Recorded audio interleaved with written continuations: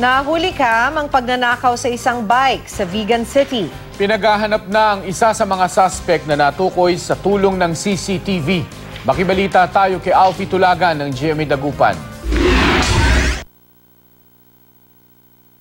Sa kuhang ito ng CCTV, makikita ang isang tao na dahan-dahang lumalabas ng bahay na may bitbit na isang mountain bike.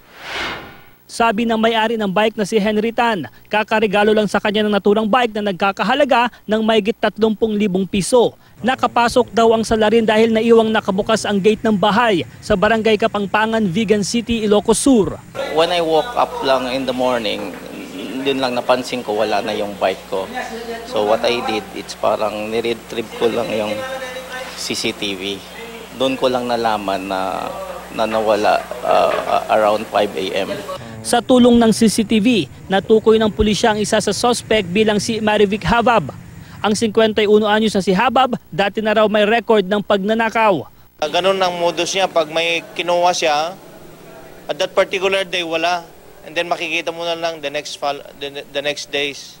Hinahanap na ng mga otoridad si Habab.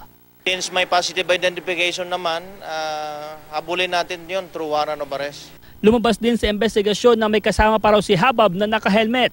Inaalam pa ng pulisya ang pagkakakilanlan nito. Alfie Tulagan, Nagbabalita, Pilipinas.